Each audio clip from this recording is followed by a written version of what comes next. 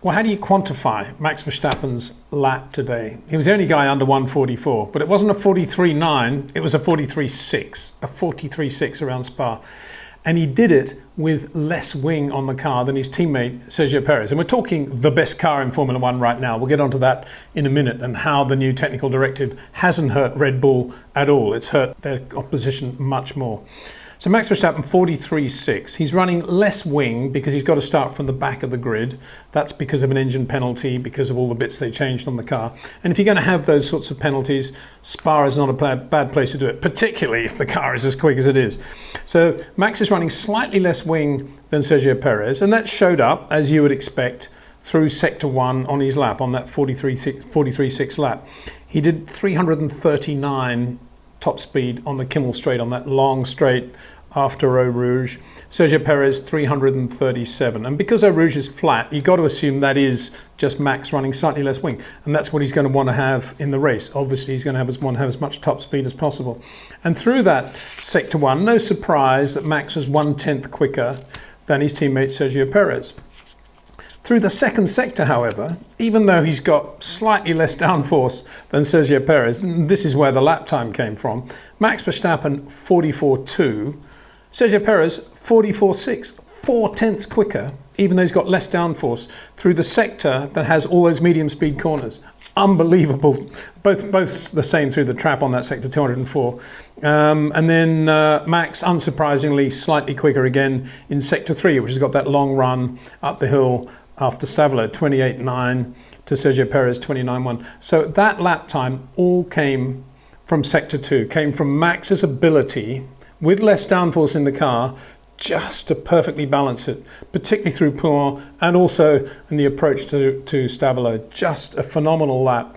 And watching him, I thought the other really good place for Max was the change of direction, not something that I've really thought about a lot in the build-up to the race, but the change of direction as they come out of that long downhill right-hander, which is third gear. It's a boring corner, just goes on forever. It's always understeering there. But then they come out of there, and the next corner is a fast downhill left. So you've got to get the car over to the right-hand side again. And you can ask a lot of the car, as Carlos Sainz does, for example, through there. I mean, he's great to watch, but he is asking a lot of the car through there, as Daniel Ricciardo was compared with Lando Norris, as to some extent, as George Russell is a little bit compared with Lewis Hamilton. But Max through there, it was just absolutely perfect. And there was even a slight, there was a millisecond where his car was actually pointing dead straight before he managed to get it balanced through into the approach into the left-hander. Just astonishing to watch. I thought that was one of the best laps that certainly, I mean, who am I to say this, but it's certainly one of the best Max laps I've ever seen Max drive, and I suspect he probably feels that inside as well. The shame, of course, is he's starting from somewhere near the back. I don't know what it'll be, 15th or something like that. At least he's the quickest of the back of the grid starters, of which there are several, including Charles Leclerc. But it makes you think, you know, we got this penalty for something completely beyond the control of the drivers, which is the change of all engine parts, all part of the cost-cutting regime in Formula One. But it makes you think, we've got a point now for fastest lap. I think because of the penalty, which has nothing to do with the driver at all, really. Well, it's not to do with the driver. We should have a point now for the pole. And that at least would give Max Verstappen something to take home tonight. All he can take home is, well, I'm 15th and not 16th or 17th.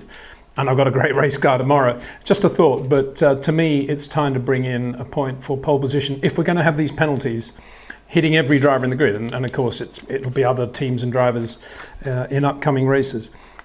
So that was the breakdown of Max's lap. Just to put it all into perspective and to remind most people that a lot of the experts have been saying in the build-up to Spa that with the new FIA technical directive, it's really going to help Mercedes because they've been running a completely legal car, and I'm only sort of putting everything in inverted commas at the moment, and Ferrari and Red Bull have been running flexing parts, and once they have to make everything stiffer and have different curves on the diffuser, it's going to hurt them more than Mercedes. And I think that's the line that Mercedes were putting out as well. Well, here we are. We got the new technical directive in force, and let's look at the Mercedes, Lewis Hamilton's lap, which was, he was slightly quicker than George Russell in the end. And again, a difference there between George and Lewis and the amount of downforce they're running. Lewis on that first sector, Max did 30.5, remember, top speed of 339 on the Kimmel straight. Lewis 30.9 in the first sector. So 4/10 slower in the first sector, top speed of only 332. So Mercedes still very slow in a straight line, relatively slow in a straight line. Second sector, Max did a 44.2, Sergio Perez 44.6, as we said. Lewis Hamilton 44.9 in the second sector. So that's 7/10 between Max and Lewis in one sector alone, sector 2. Unbelievable difference.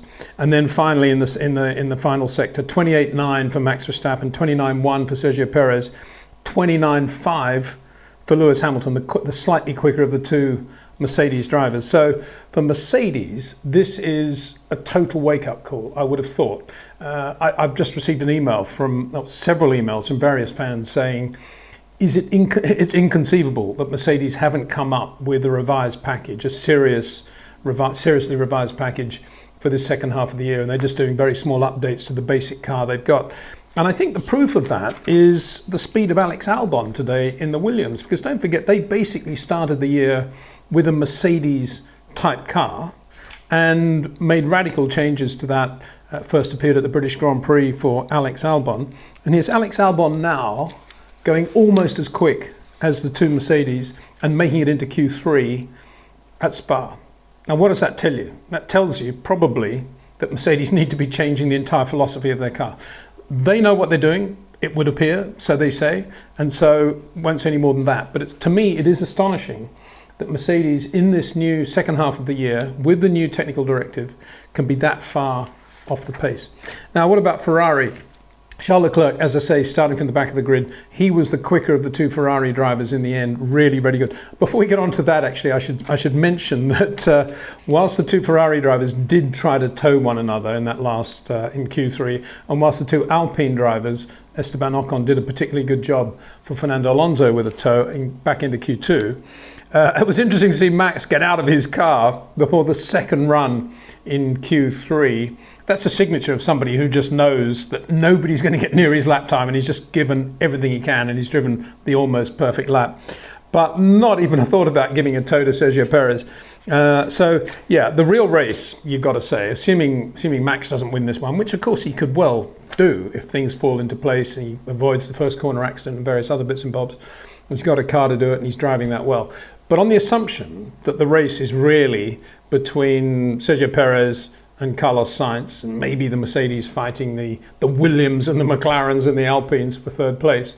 But on the assumption it's between Sergio and Carlos Sainz, it was interesting that Sergio didn't get the tow, but it was also interesting that Sergio made up for lost time, did a lot of good fuel tank running this morning and looked very, very good on full tanks. We're going back to Ferrari. Let's have a look at their times compared with Max Verstappen and Mercedes to see where they are. Well, they basically fall between the two now, because Charles Leclerc 30.9 in sector 1, so he's 4/10 slower than Max Verstappen there. 332 top speed, that's 7 kilometers an hour slower than Max, so that's going to be a problem for Charles as he tries to get through the field tomorrow, trying to stay behind Max. Second sector 44.2 for Max. Leclerc 3/10 slower, 44.5, 205 kilometers an hour, slightly quicker through the trap, which shows he's not running a lot of downforce, but 44.5 is 3/10 slower in one sector. That's a lot. And then finally the third sector, about the same, 221, slightly slower through the trap, and 1/10 slower through the on the actual sector time. So Ferrari have gone backwards slightly, I would say. Red Bull seem to have lost nothing, probably gained something, just normal slight development that they've done in the normal way. No, we got no qualms at all about the new technical directive. We're just going to continue our update program. That's what it would appear to be the case. It looks like Ferrari have had to do a little bit to their car, but it looks as if Mercedes, as we predicted, because they got such a small sweet spot of efficient aerodynamics, and they've had to raise the ride height, they've had to do various things to make sure they get rid of all their oscillation, they've lost downforce as a result, efficient downforce as a result. So that's what's happened, and no surprise there. The big surprise is that Mercedes has still got that shaped car, as I say, that philosophy. So let's go through the other results. So Max Verstappen didn't even bother to go out in the second run of Q3. Carlos Sainz tried to get a tow, didn't really work out, but he he starts ahead of Sergio Perez. So he'll be on the pole tomorrow. Sergio Perez will be next to him. Sergio won't be too worried about that because he's got that top speed advantage in the Red Bull. And in theory, once DRS comes into play, 4 or 5 laps into the race, he should be able to do Carlos quite easily going into Les Combes at the top of the hill. Having said that, of course, Carlos could drive a blisteringly good first couple of laps and maybe 2 or 3 seconds in front. Carlos is driving really well at the moment. On his second run, he did do what Carlos Sainz does. He was asking a lot of the car on the change of direction that I was just talking about. There was a big movement like this, and then as a result, he ran out of road and a lot of gravel, a lot of stones everywhere actually, the new runoff area at Spa. That was what I've been saying all the time about Carlos Sainz's driving. When it comes down to the last half minute of Q3, when the pressure's really on, he's got to find another couple of tenths, or he's looking for another couple of tenths. He didn't have to on this occasion because he had quite a big margin over Sergio Perez, but he didn't know what Sergio was going to do, of course. So he was pushing really hard. And when he does push hard, that's when the errors creep in and he is starting to ask too much of the car. And if you ask too much of the car in this direction, when you've got to do a change of direction, it's going to be an oscillation. It's all going to add up. And that's what happened with Carlos Sainz in that final run. Sergio Perez didn't get a tow in the second run, as we say. Max was out of the car. But he won't be unhappy with that. I mean, in a way, for Sergio, it's probably better to be starting P2 because it gives him a chance to feel the race, see where he's at, and to think about the pass on Carlos Sainz. Charles Leclerc, well, he's P4. He did his time also in the first run, and he's going to be behind Max Verstappen in that race through the field from the back, trying to stay with him, although Max is so quick in a straight line. I mean, all Charles can hope for is that he can get a tow from him and try and tow his way into the race that way. I thought one of the best performances of the day was Esteban Ocon in the Alpine. Really, really good, P5. And helping Fernando Alonso with the tow in Q2, as I say. But more significantly, really impressive run, I thought, on fuel today. He went out relatively late, or got his run together relatively late with fuel. But look at this run from Esteban Ocon, 51.6, 52.0, 52.3, 52.3. Really impressive, I thought. And let's compare that with a couple of other runs. Max, 51.3, 51.2, 51.4, 51.6. So Esteban Ocon doing 51.6 on his quickest lap, which was equivalent to Max's last run, over a 5-lap run. So he's not that far off the pace, going really well. Compare Lewis Hamilton on full fuel compared with Max Verstappen. Max 51.3 on his opening lap. Lewis is 51.8. Max 51.2 on his second lap. Lewis 52.5. Max 51.4 on his third lap, Lewis 52.4. So he's basically a second off the pace. The Mercedes are second off the pace on fuel and with empty fuel. It's not good reading at all in terms of where Mercedes are for the race tomorrow. Top speeds this morning were interesting on the Kimmel Straight. Fernando Alonso quickest in the Alpine 340, but look at the Red Bulls. I mean, that Fernando Alonso top speed was a little bit of an anomaly, may well have been a tow. Didn't see it, can't be sure about that. But look at both Red Bulls. Sergio Perez 339, Max Verstappen 338, then Esteban Ocon 337, Lewis Hamilton 330. Compared, and I'll repeat it, compared with Sergio Perez 339. So big difference. That's when they're running light fuel, obviously. And then on heavy fuel, let's just compare what they're doing on the Kimmel Straights with heavy fuel. And this really makes your eyes smart when you look at this one. Max Verstappen, 318 on the Kimmel Straight and 306 through the trap on the long run back up towards the end of the lap.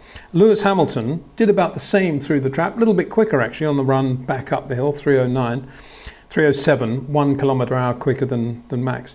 But on the Kimmel Straight, with fuel in the Mercedes, Lewis's top speed was 305, Max Verstappen's 318 with fuel. Unbelievable. Sergio Perez 321 with fuel. George Russell 303, just underlining this morning what Lewis was struggling with in terms of fuel load on the Mercedes. So if the car's lacking grip for aerodynamic efficiency, it's going to show up even more when you put weight in the car with the fuel load.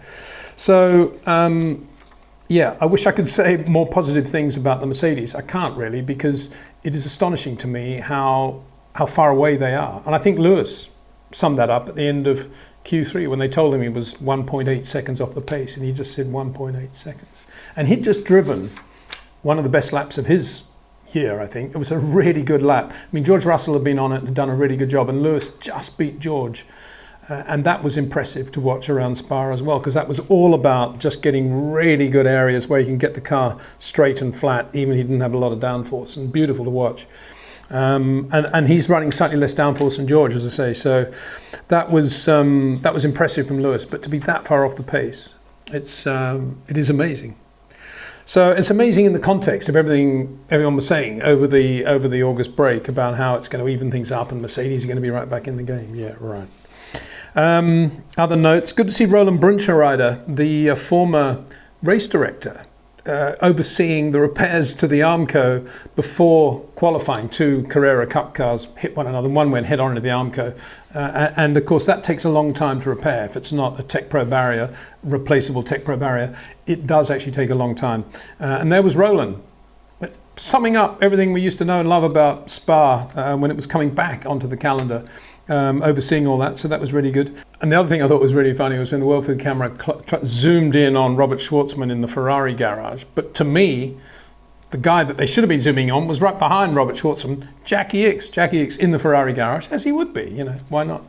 That French Grand Prix win of his, 68 in the Ferrari, a lot of brilliant Ferrari drives, and other teams as well, of course, but good to see Jackie Ickx, and good to see his daughter has got a display of digital art based on helmets and various other things in the Paddock Club at Spa. So good to see in this new era of Formula One, the Liberty era, that drivers like Jackie Ickx are being acknowledged and being made welcome in the paddock. I only say that because it was only 4 or 5 years ago that I bumped into, it was probably 6 now, that I bumped into Jackie Ickx on the outside of the paddock at Monaco, and he was on that very thin strip, trying to, as it turned out, he was trying to get to the turnstiles to get into the paddock. The harbour was here, the chain mesh fence was on the other side, and it was just one width of, you could barely walk there.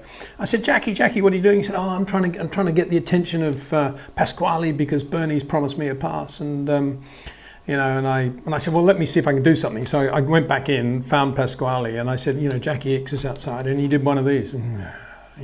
Not Jackie Ickx. And I just thought, that's completely wrong in terms of, respect for anybody, let alone respect for somebody of the ilk of Jackie Ickx. So really good, full marks, I'd say, to Liberty and the current organisers of the Belgian Grand Prix to be doing that for the Ickx family. Let's have another look. I love just looking back through here. Lando Norris did all he could to try and help Daniel Ricciardo, but no avail. And he was on scrub tyres in the first run. They were going to put a new set on, but it didn't look as if, I couldn't quite make out what happened, but he didn't look as if he got a run at all on his second run. So he's starting only P10, which he'll be disappointed with, because really he should be up there, P5, P6, I would say, up there between Ocon and Alonso, maybe ahead of both of them. The McLaren looked pretty good most of the weekend, but he didn't get a run for some reason, traffic or whatever, I don't know what it was, in the second run. And Alex Albon, as I say, P9 in the Williams, brilliant performance from the team and also from Alex. A great circuit for him. He's very good on fast and medium speed corners, and he looked really good all weekend, I thought. Some of the other people that didn't do so well, Sebastian Vettel again didn't get out of Q1. I suppose he'll say, well, only 8 races to go or whatever it is. And there was it's becoming a sort of standard thing, isn't it? We hear the radio after Q1, Sebastian, you missed it by 0.0001 of a second, and Sebastian says, oh no, terrible. Seems to be happening all the time. Nicholas Latifi did a pretty good job, actually. He wasn't that far off the pace, but he didn't get through into Q2. Kevin Magnussen seemed to have a really troubled weekend, which started with the whole car stopping yesterday morning. Yuki Tsunoda had a massive lock-up into the last chicane on a lap that mattered, and right now I've been saying, Yuki's looking quite good. He can drive in a sort of defined way, but I think he's starting to get into the sort of Carlos Sainz area of when it's really tight and the pressure's really on. Can he get into chicanes without locking the inside front, or indeed both fronts? And of course I don't think he can, because I don't think his inputs are quite as supple as, for example, Pierre Gasly's. Valtteri Bottas is starting from the back anyway, didn't seem to do much, and he didn't get through into Q2. In Q2, we lost Daniel Ricciardo, no real surprise there. Pierre Gasly, who it didn't seem that happy with the AlphaTauri, but seemed happy enough that he got the maximum out of it.